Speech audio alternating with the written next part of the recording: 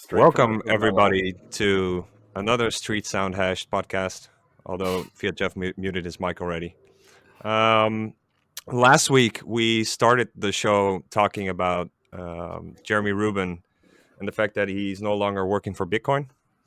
And in 2014, that same Jeremy Rubin published a paper called Merkleized Abstract Syntax Trees.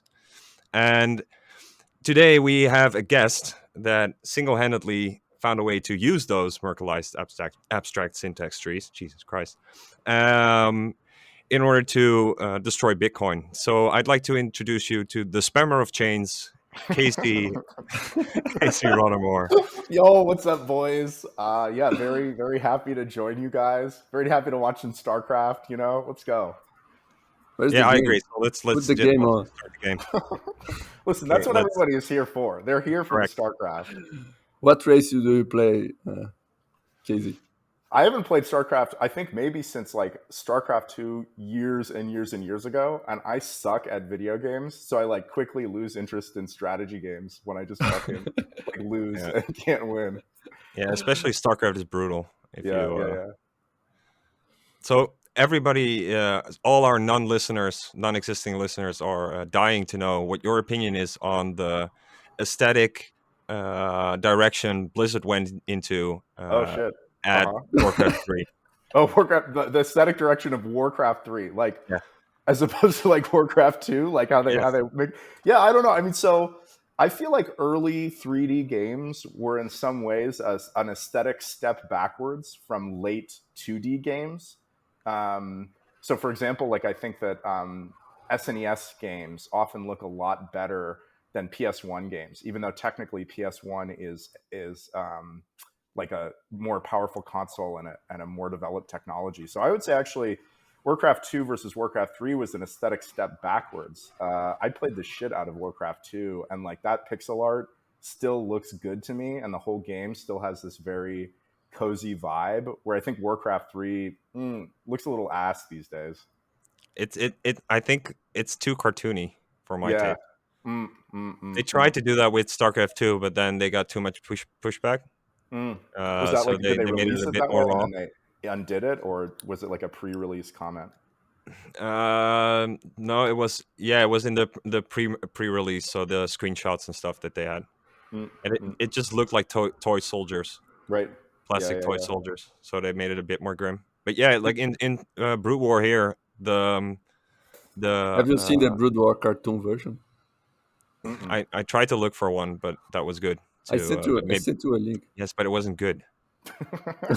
So maybe next week we'll get the cartoon version. Okay.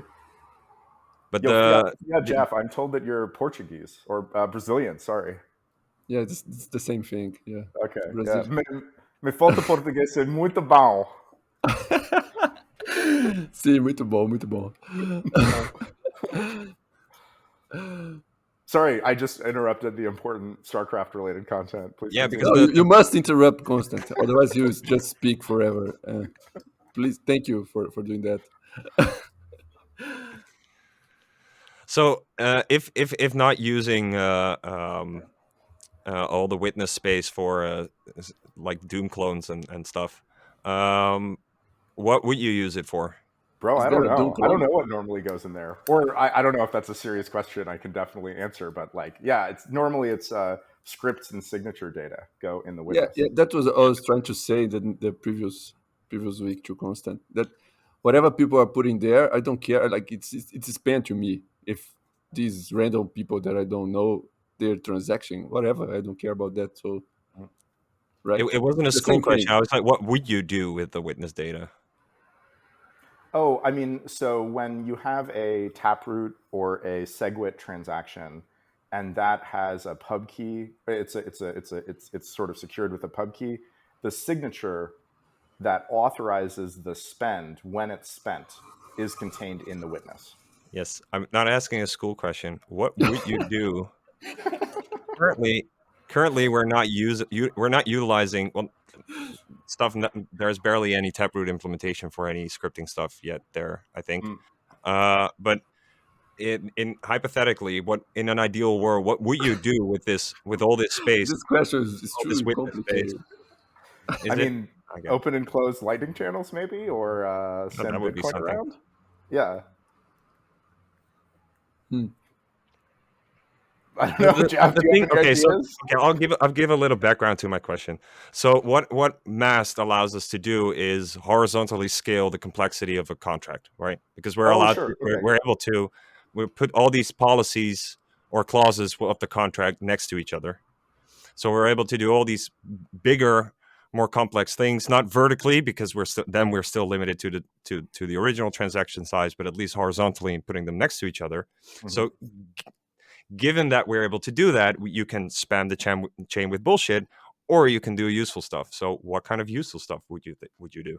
Okay, so yeah, so you could have, so we don't quite have mast, which was the name for, I think, a specific earlier proposal, but we have what was eventually implemented in Taproot. And the way that that works is that a Taproot output commits to a sort of root pub key, and that pub key can be tweaked with the root hash of a Merkle tree. And there are two ways to then spend that output. One way is just to produce a signature for that public key.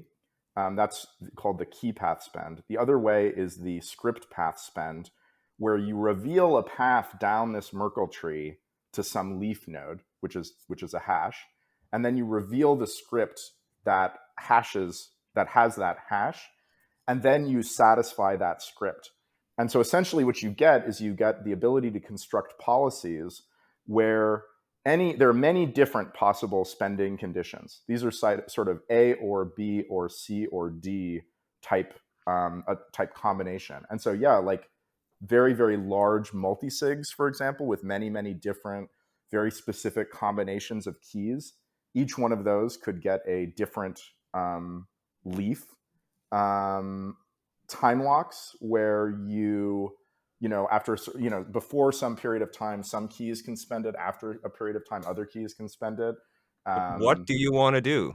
What do What? I want to do? Yeah. Bro, I want What to kind of spam the chain with your? JPEGs. What are you talking Okay. about?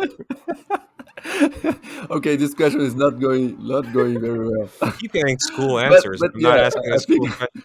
Short bus school answers.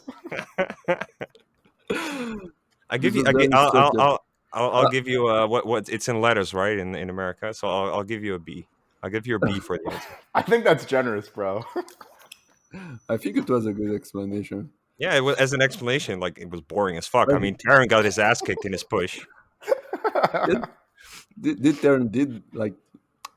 Terran went bad on that? Because I saw a bunch of probes fighting Marines. That shouldn't have gone well, right?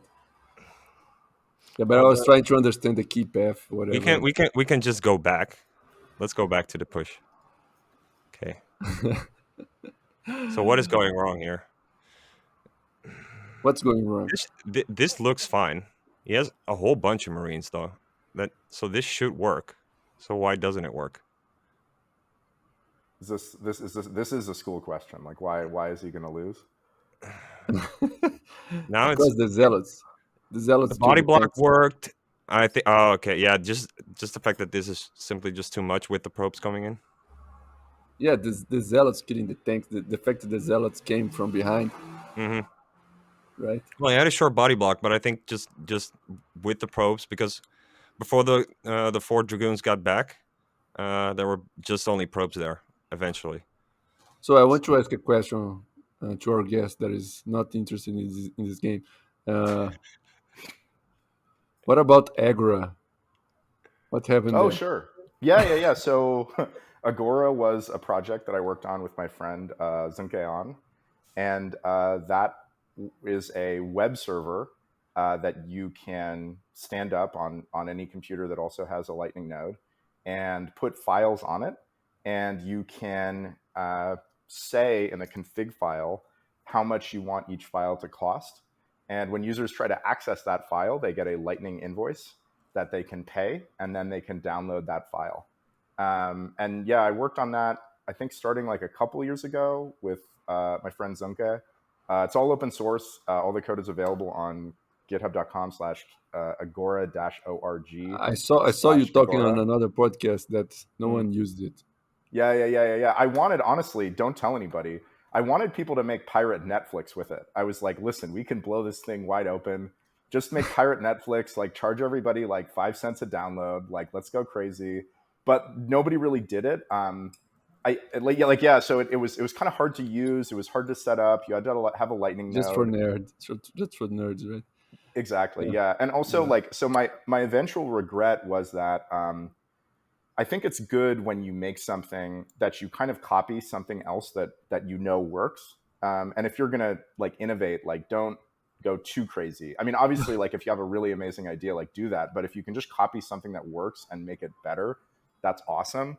And a model that kind of seems to work is a private BitTorrent tracker, right? Like BitTorrent is not super popular, but Yeah. there are these private BitTorrent trackers that are incredibly widely used. And one important thing about a BitTorrent tracker is that the owners and the users of the tracker have sort of these like specialized abilities.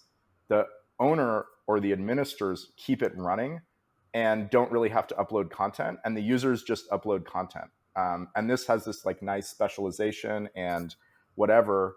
For Agora, those two roles were like merged. The administrator would have to upload and select content as well as deploy the site. And Mhm. so I think we were not copying something that was actually like a model that worked. And that's why it was ultimately not very popular. Do you think it would work to have paid seeding of torrents? Torrents? Yeah, that's a really complicated question. I've thought a lot about so I think you could have a version of the BitTorrent protocol. Like the It's BitTorrent protocol has a room for extensions, and I Yeah, started working on that. Like you mm, could send invoices through these extension messages, and right. then if you had and like you could use any BitTorrent library to make these custom clients that would be able to understand these invoices. Yeah. But I I couldn't I finish I it. I think a potential issue with that is that I don't know if it's actually solving a real problem that is preventing BitTorrent from being used. So just the trading content, like whenever anybody actually gets on BitTorrent and they're able to like find the content that they want and connect to the swarm, BitTorrent works super, super well, right? Like every internet connection I've ever been on, the first thing I go do is I download a Linux ISO with a BitTorrent client, and it just absolutely like blasts that like connection, right?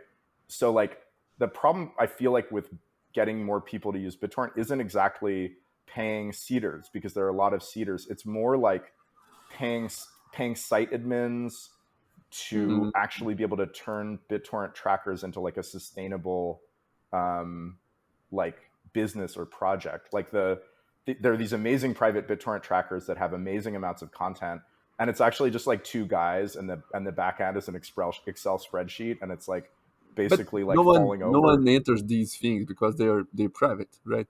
And they are private because their administrators don't want them to be spammed, or I don't know, That's I'd like say that's spammed partially. with leechers.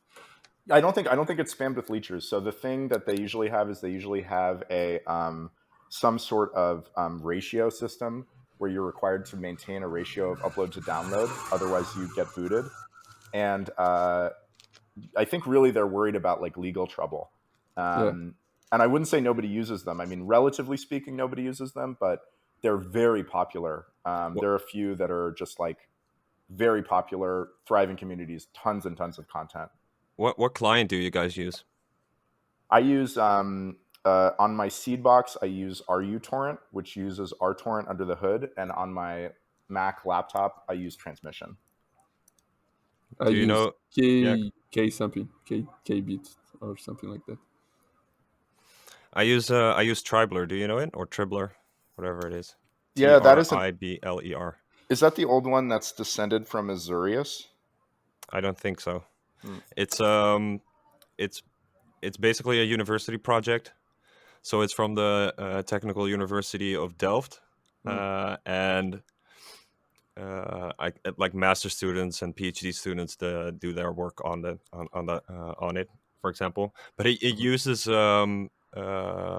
I've heard that name. Yeah, it uses Tor routing. So you're basically using uh, or onion routed. Yeah, you're basically using onion routing. So you're downloading through hops, Mm-hmm. and it immediately bypasses your ISP knowing what you're doing, Mm-hmm. and that because technically it's illegal. So technically, the our ISPs are really good guys in this regard, because there is some organization that tried to do some claims, and they asked the ISP if they could give the data, and the ISPs were just like, nope, we're Yeah. not going to give the data. And then Yeah. the judge was like, yeah, you don't actually have to give the data, something like that. My seed box is in the Netherlands. Yo ho, fucking ho, let's go. Also, in Spain, non-commercial file sharing is just straight legal. Like the chief of police of like Madrid or something was like, if nobody's paying, it's no problem. Yeah. Yeah, we had something very similar here. It's just that I don't know what it currently is, but it used to be that technically downloading itself was not illegal. It would be illegal if you were uploading, something like that. But in any event, it works. It works rather well. I think you get, like, at one hub you get about 80% of your data rate, and then it goes up to 3. I think with 3 you're down to 30 or 40% or something. But with today's speeds, it's still fine. What do you You'll mean? have your movie in no time. What do you mean hops? Like The, where the hops so coming? be- so the because of the onion routing, so it's Uh so the amount of in between peers or hops the actual data is going through. that's another thing that monetization could potentially help with is onion routing.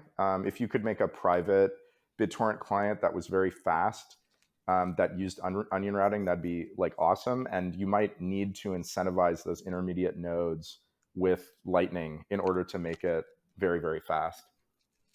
I think the paradigm of basically paying for some, it would be technically difficult. It's like how you're going to price the ratio between bandwidth and latency and that kind of stuff.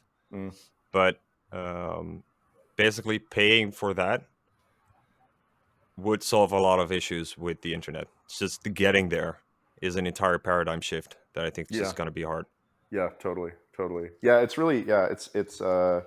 I think that, yeah, a lot of ideas that people have about how to use Lightning are like they don't quite think through the UX, and a lot of the time, UX is what kills you, right? If users have to do like weird things or have weird requirements for being online, then things just like don't work. Um, I think Nostr is like a good example of this, and also a good example of something that is like kind of like close to an existing something that works with like slight modifications. Like users don't really need to be online, and like that's sort of like pushed to the relays. Whereas in pure P2P networks, right, like nobody can run pure P2P services like effectively because they have like online requirements for being online and availability and reachability and all that. But uh, I think for the most part that's a development thing. Mm. If you just take email, right? If running your own email server was the norm, then creating protocols of splitting off the email, forwarding it to splitting off the destination, or using proxies, such that my neighbor also gets my email, but it's encrypted, right? So you can't read it. But if Mm-hmm. my server for some reason or another was offline, I can still get my week's worth of emails from my neighbor the moment I Mm. get online, right? I think the moment if you run under the assumption that it's the norm, then you can start doing a lot of things. It's just getting to that position. It's the Why same is he? thing Why was he clicking between those two buildings? He was just like clicking back and forth between Oh, two because we're buildings. we're we're ripping. I got that question earlier today. So Mm. we just ripped this from Artosis, Mm. and Who's Artosis? he's an American that I think he's American, or It's he's a guy Canadian. that plays and comments. Yeah, Um, he went to South Korea at the start of the Starcraft hype, You don't have to to do tell the entire casting. history of his Yes, life. of course I am. All the way, or whatever 14 years or whatever it is we're going through his entire life. It's because he's talking while like he's talking to the public and showing, oh, this business, this building has whatever, and so on. Okay, So got that's it, why got it. Oh, his so that's the his caster clicking around. Yes, so it's Got a it. yeah. caster. Okay, got it. Yeah, listen, guys, I'm a nub. Okay, you got to slow down for me. I have another question. I forgot what the question was. Welcome to our high quality podcast. We do have questions, we promise. We just can't remember them at the time we actually want to ask them. So Oh yeah, the question is: do you think there are two kinds of digital assets? One is people just want to spend a Bitcoin chain and they feel good about it, and the other is, oh, I want this specifically this JPEG that was made by someone, and it doesn't matter if in what chain it is or whatever it is. I'm not sure I understand the distinction. What's the difference? Well, one is some random guy makes a cool thing on the Bitcoin chain that has value because it's on the Bitcoin chain and it's a meme or something like that.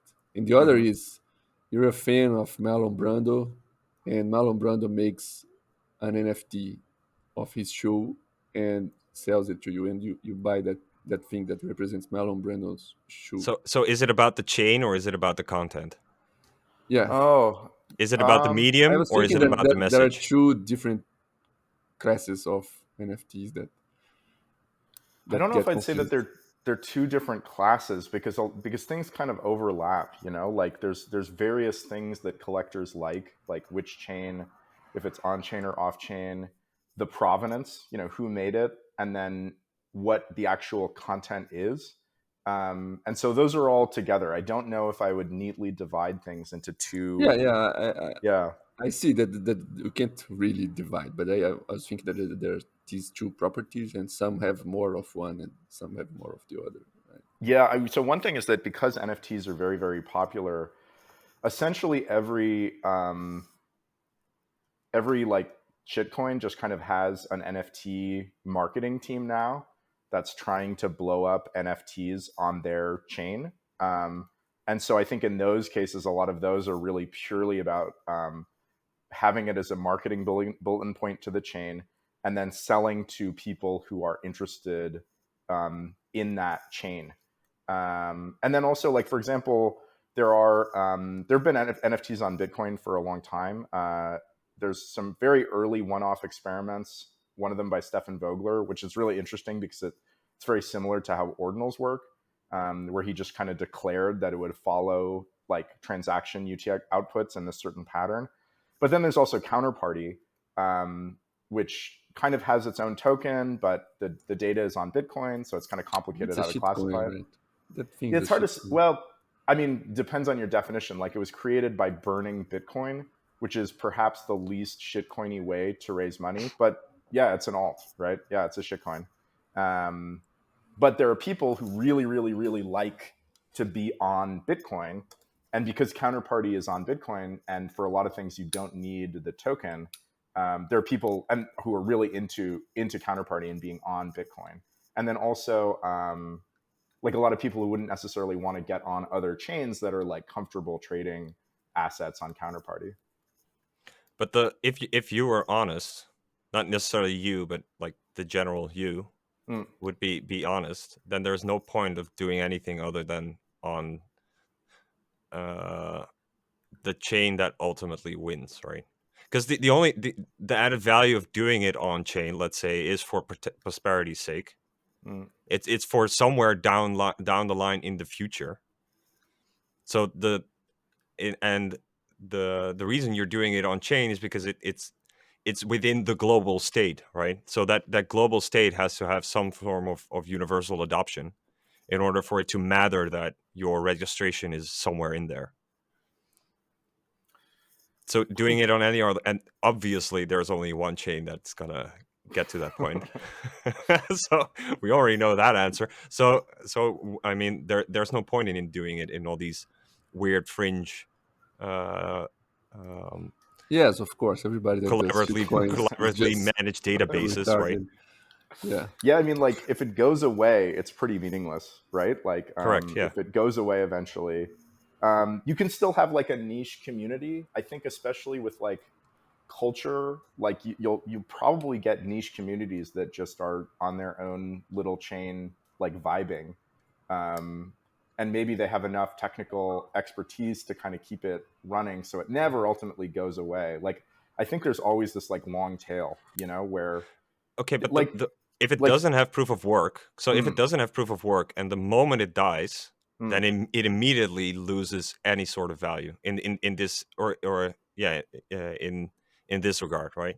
Because Yeah, I mean, there are huge problems with any kind of provenance on a proof of stake chain, and obviously it's kind of like a fragile security model.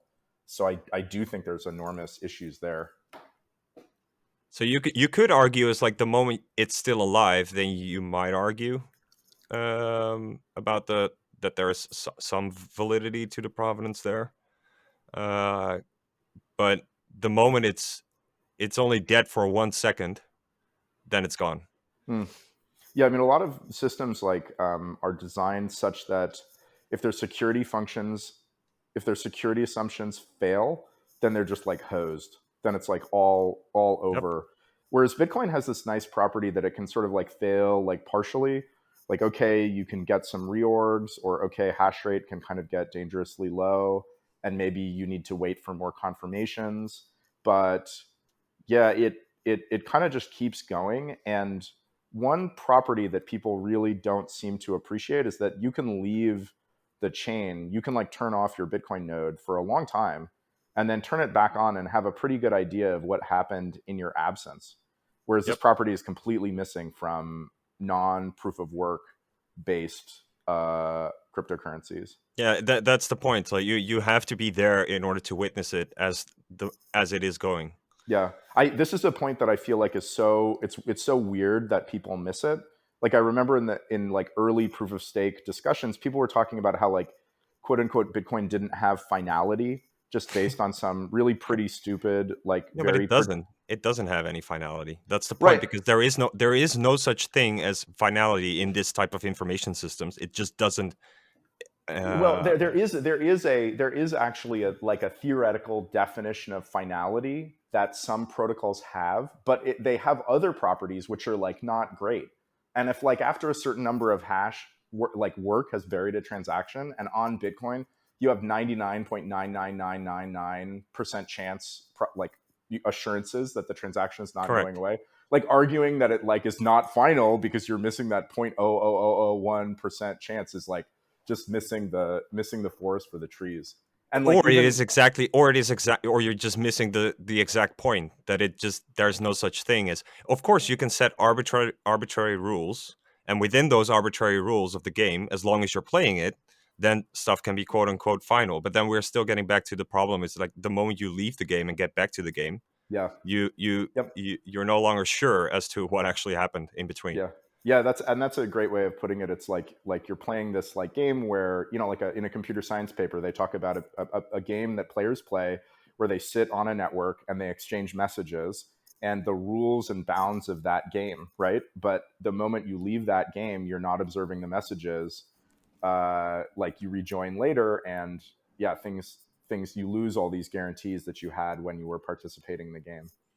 And I would argue that that's like the most fundamental point about Bitcoin and how it functions.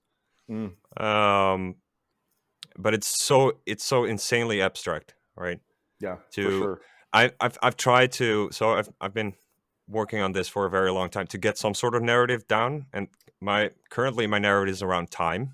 Mm, So because the question would be, what do we all agree on, right? If we're talking about this consensus network, so what do we actually all agree on? And then you can have Time this long chain. philosophical yeah, you can have this long philosophical discussion of like, do humans actually agree on stuff globally? Does everybody agree?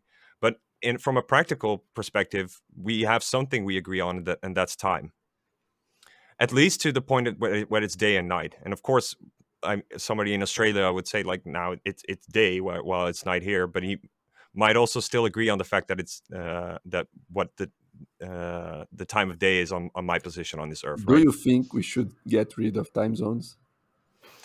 That's interesting because that's like the implementation detail of where we don't necessarily agree Mm. on what time it is. So it's like, yeah. So my example fails there as like, okay, then we have time zones. That's an entire We clusterfuck. should do. We should all be on Swatch beats, just like 1,000 beats a day. Like if you go to the Swatch website, they're still on that beats shit. So, but that That doesn't. I have a vague So idea of what it, that it is. is it is somewhat reproducible, right? But from a but the point is with time is the following. So everybody can. So what is our time based on? That would be my first question to you guys.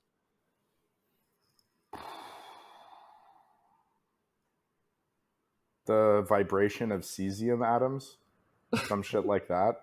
The wavelength of light at a certain frequency, I think, Yes, but then we technically. still have to relate it to something else. But you're close because of course it's frequencies. But I mean, it's day the night and the correct, yeah. year. So the Yeah. primary frequency is the Earth turning around its own axis, right? Mm, And then we have going around the sun, and that's a year. And then we have the moon doing stuff, and that used to be a month, and now in our current calendar it isn't, yeah. etc. So it's these astrological When did it change? phenomena that are going on that are observable for everybody. So it's very hard to lie about the fact that it's day or night because Right. everybody can observe for themselves if it's either day or night. So no authority has any reasonable position. Like the king cannot go on the mountain and declare that day and night has changed. Right? It doesn't work because nobody will buy it. So access to the data on which we base it is hard to censor. And then the interpretation of that data is fairly easy because every retard can understand that if the sun is out, then it's day, right? You don't have to be a mastermind. You can be a mastermind and then study the whole thing, and then you can actually determine the exact date you're on based on the stars and stuff, right? So, but the interpretation of the data is generally accessible, and so it's hard to censor. And the interpretation is very easy. And I had a third step, but it's escaping me right now. But It's kind of like Bitcoin that also has these like recurring events, right? The lowest level, the most frequent event is the blocks, and then the less frequent event is difficulty adjustments, and then the less frequent event is the halving. and then what there is there any other So I made birth one and up death like after that, which is forks, hard every forks? six halvings, the difficulty adjustment and the halving happen on the same block. And the first sat of that block We have a is, blockchain is solstice. legendary. Yeah. On the blockchain solstice, we have okay. So, but the point here is that time is also based on proof of work, right? There's there are Newton there are bodies, there are masses moving through space that Mm, we're able to observe, and we're all able to observe them, and that's where we're basing our time on. mm.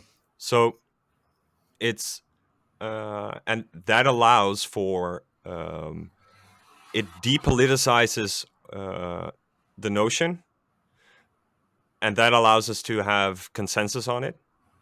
Because, as I said, it's very hard for a particular actor to fuck with it, right? For some political reason to declare time to be different. Yeah. And anywhere they can fuck with it, they do. Like, for example, doing weird political things with time zones.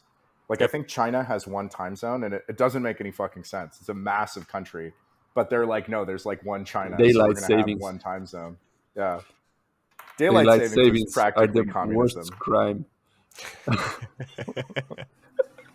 I'm serious. This thing is completely shit.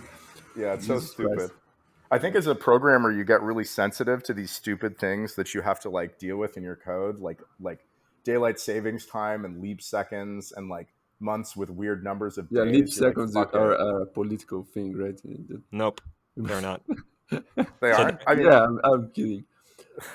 so the leap seconds are just a dirty little secret of okay, we have these we have this neat abstraction of our calendar and our seconds and minutes and hours and stuff, but it doesn't necessarily work out with how the actual bodies through space move. How So we'll have how to. does swatch beats deal with leap sequence? I don't think they've gotten to that point yet. Obviously, when we're in a hyper swatch beatsified world, Leap they'll beat. have to come up with a leap beat standard. I'm Uh, thinking. but right now, it's just 1,000 beats per day until the heat death of the universe. I found a clock and I don't understand it. Apparently, we are at 10 now, I Have you guess. guys seen the ordinals clock? Nope. You should honestly check this out. It's at ordinals.com/clock. I swear it has nothing to do with the JPEGs. It's a clock that's entirely based on the block height, and it has parts of it that, like, everything is based on these periodic events in Bitcoin. So there's an hour hand that sweeps from midnight to midnight when the entire supply is mined. And then there's a minute hand, which sweeps from midnight to midnight when there is a halving. And then there's a second hand that sweeps from minute to minute uh, with the difficulty adjustment. And the pips, the marks on the outer edge of the clock, each represent a halving. So when the hour hand is pointing at one of those markers, it's a halving. And then there are these like thicker marks that the hour hand points at when the halving and the difficulty adjustment fall on the same block. And it kind of like, it shows all of the periodic events and also gives an idea of the like scale, the time scale of Bitcoin. And each hour in the clock is clickable. It's a set. Yeah, that's right. Yep. How do you generate this? You generate it on Uh, the server. yeah, it's all SVG. You can look at the page source. It's just a simple SVG template that the server, Yeah. every time you make a request, it fills in the rotation transform of the hands based Oh, on I the see. current block height. Yeah. I see. I see you do a lot of generative art stuff like that, right? Yeah. I mean, not. I mean, yeah. I like. I really like making programmer art, and it's something I've kind of been drawn to ever since I started programming. And that's actually kind of the reason I did the JPEG thing, is because these kind of generative art NFTs got really popular on other chains, and I was like, oh shit, like I want to like sell my own generative art NFTs. And I started looking into the technical properties of those NFTs and those chains and those marketplaces.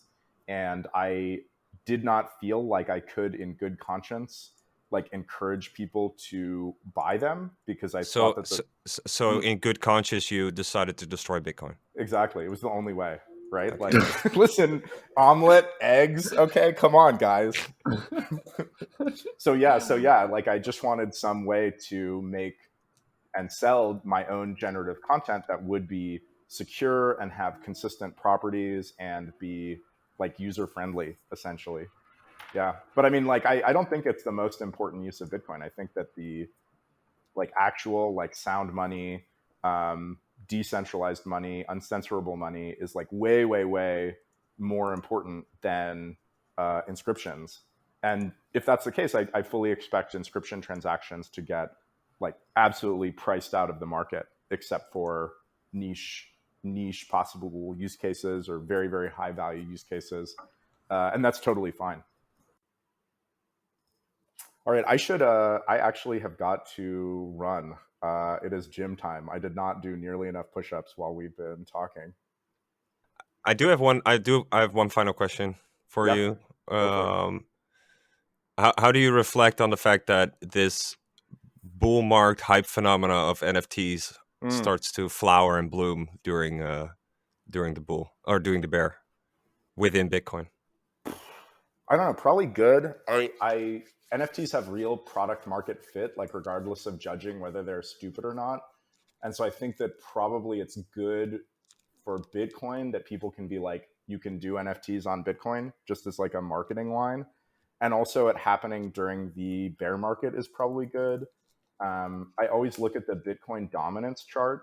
Um, and so, yeah, maybe it could do a little bit of decoupling. But at the same time, like Bitcoin's market cap is so high that nothing really moves it. You know what I mean? Like little things don't move it. It's going to take some real adoption from here. But yeah, probably good, and also like gives people some fun stuff to play with, like while we're waiting for the price to moon. Yeah, I think that I think that's it mostly, Yeah, right? it also shows like how like if you're getting really excited about JPEGs on Bitcoin, it's kind of a slow news day, you know. All right. Good luck with your push-ups. Is it leg day or It's full body day, bro. Full it's body. full body day? Yeah. All right. Good luck with the pull-ups. Awesome. Later, guys. Bye bye.